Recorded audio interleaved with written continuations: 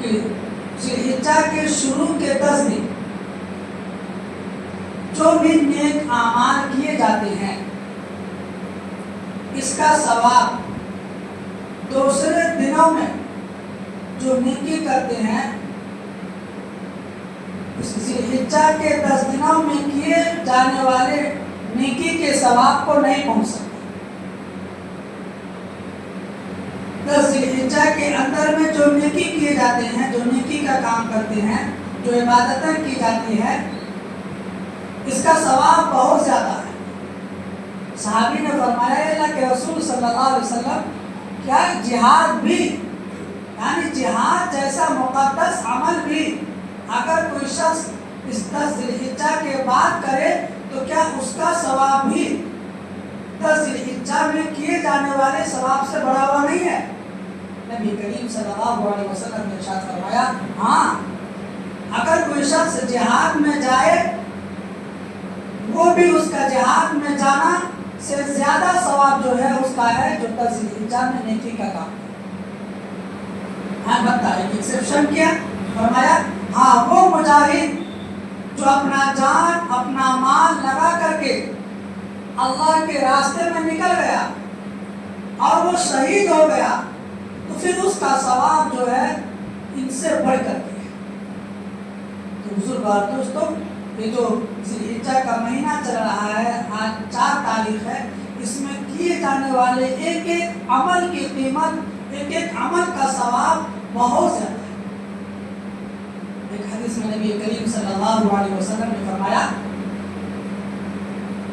کہ ذوالحجہ کے شروع کے 10 دن کا روزہ 1 سال کے روزوں کے برابر ہے، اور رات میں عبادت کرنا شب قدر میں عبادت کرنے کے برابر ہے۔ ذوالحجہ 1 تاریخ سے لے کر کے 10 تاریخ تک دن میں روزہ رکھنا 1 سال روزہ رکھنے کے برابر، 1 دن کا روزہ، اور 1 رات میں عبادت کرنا ثواب شب قدر کی رات میں عبادت کرنے کے برابر ہے۔ اور پھر یوم عرفہ کا روزہ، 9 ذوالحجہ کا روزہ، جب حاجی لوگ تمام کے تمام میدان عرفات میں جمع ہوتے ہیں، جو وقوف عرفہ یہ فرض ہے، اگر کوئی حج کرنے کے لیے جائے اور میدان عرفات میں نہ جائے کہ بہت دور ہو رہی ہے چلو مزدلفہ ہی میں رہ جاتے ہیں یا تھوڑا کہیں کنارے میں ٹھنڈا میں جاتے، نہیں، میدان عرفات میں اس کا رہنا اگرچہ نیند ہو، یعنی اگر کوئی سو کر کے بھی گزر جائے تو اس کا بھی حج ہو جائے گا، لیکن میدان عرفات سے گزرنا ضروری، رہنا ضروری۔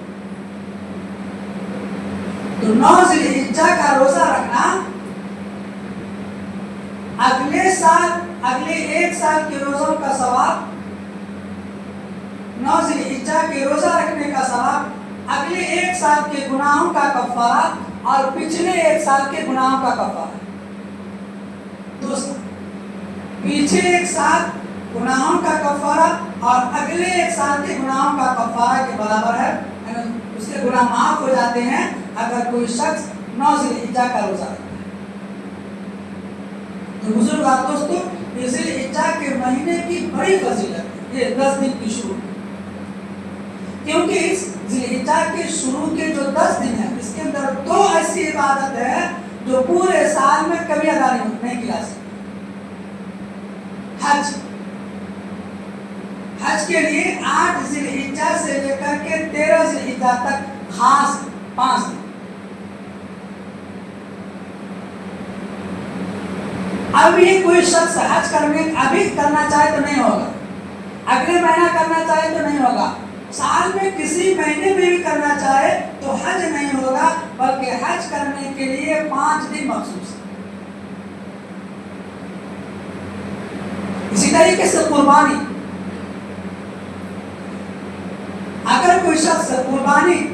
10 ذوالحجہ، 11 ذوالحجہ، 12 ذوالحجہ 3 دن کے علاوہ کسی اور دن کرنا چاہے اور یہ سوچے کہ مجھے قربانی کا ثواب مل جائے گا تو نہیں مل سکتا، کیونکہ قربانی کا ثواب پانے کے لیے خاص ہے 10، 11، 12 ذوالحجہ، البتہ اگر اس کے علاوہ آپ جانور کو ذبح کر کے صدقہ وغیرہ کریں گے وہ تو ثواب ملے گا، لیکن قربانی کا جو ثواب ہے وہ خاص ہے 10 ذی الحجہ کے ساتھ، 11 ذی الحجہ کے ساتھ اور 12 ذی الحجہ کے ساتھ۔ اس لیے بزرگاں دوستو، یہ دو ایسی عبادت ہے جو پورے سال میں کسی دن بھی ادا نہیں کی جا سکتی ہے، بلکہ انہی ایام میں خاص ہے۔ باقی رمضان کا روزہ ہے، اگر بیمار پڑ گئے نہیں رکھ سکتے ہیں تو کسی دوسرے مہینے میں روزہ رکھ لیجیے، قضا کر لیجیے، آپ کا قضا ہو جائے۔ زکوٰۃ ہے، زکوٰۃ ادا کرتے وقت آپ کے پاس پیسے نہیں تھے، کوئی مجبوری تھی، 1 مہینے کے بعد پیسہ ہو گیا، ادا کر دیجیے، آپ کی زکوٰۃ ادا ہو جائے گی۔ لیکن حج اگر اس سال نہیں کیے تو چلو 1 مہینے کے بعد کریں گے، ایسا نہیں، بلکہ 1 سال کا انتظار کرنا پڑے گا۔ اس لیے بزرگاں دوستو، ذی الحجہ کے شروع کے 10 دن کی عبادات کا بڑا ثواب ہے۔ قربانی ہم میں سے اکثر لوگ کرتے ہیں، اور قربانی کا نصاب تو سب کو معلوم ہے کہ وہی ہے جو زکوٰۃ کا نصاب ہے، اور جو زکوٰۃ کا نصاب ہے، یعنی 7.5 تولہ سونا یا 52 تولہ چاندی۔ اگر کسی شخص کے پاس صرف سونا ہے، کچھ بھی نہیں ہے، 1 روپے بھی نہیں ہے، چاندی بھی نہیں ہے، کیش بھی نہیں ہے، بینک میں کچھ بھی نہیں ہے، صرف سونا ہے، تو اب اس کے اوپر قربانی کب واجب ہوگی؟ شریعت کہتی ہے جب اس کے پاس 7.5 تولہ سونا رہے گا تب قربانی واجب ہوگی۔ اگر 5 تولہ ہے، اگر جس کی قیمت 10 لاکھ روپے ہے،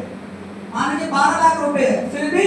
شریعت کہتی ہے کہ ابھی قربانی واجب نہیں ہے، کیونکہ اس کے پاس آپ کوئی دوسری چیز نہیں۔ ہاں، اگر اس کے ساتھ اگر 100 روپے مل جائے،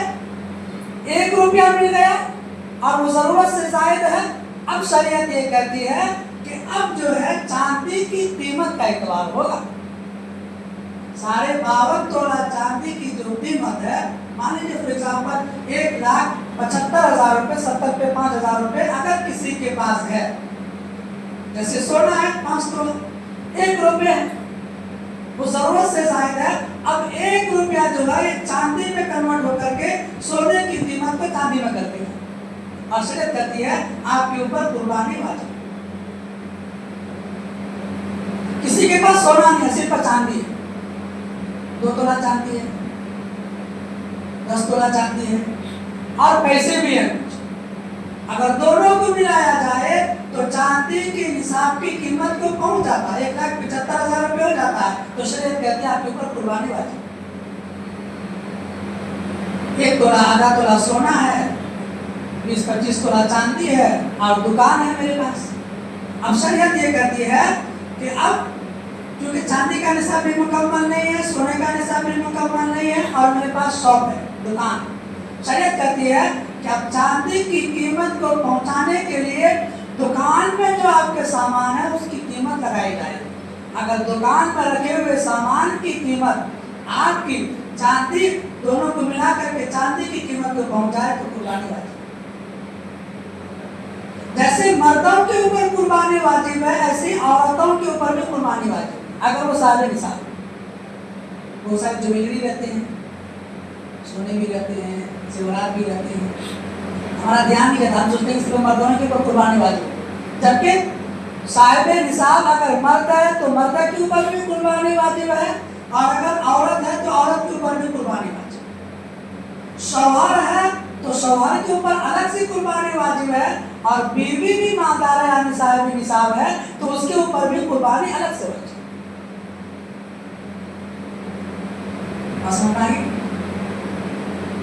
اسی طریقے سے ایک ہی فیملی میں ہم لوگ رہنے والے گھر میں رہتے ہیں، 4-5 بیٹے ہیں، ابو ہیں، بالغ، سب کی شادی ہو گئی ہے، 12 بچے والے ہیں، کنفیوژن رہتا ہے کہ قربانی کس کس کے اوپر واجب ہے۔ تو یاد رکھیے گا، ایک گھر میں 10 آدمی ہوں، اگر ان تمام کی کمائی ابا کے پاس جمع رہتی، کمائی کرتے ہیں، کام کر کے آ کر کے پیسہ مالک جو ہے ابو کے پاس جمع کر دیتے ہیں، اب ان 10 بھائی میں سے یا 5 بھائی میں سے کسی کے پاس بھی چاندی کی قیمت کا نصاب نہیں ہے، یعنی 1 لاکھ مان لیجیے 70 پہ 5,000 روپے، باقی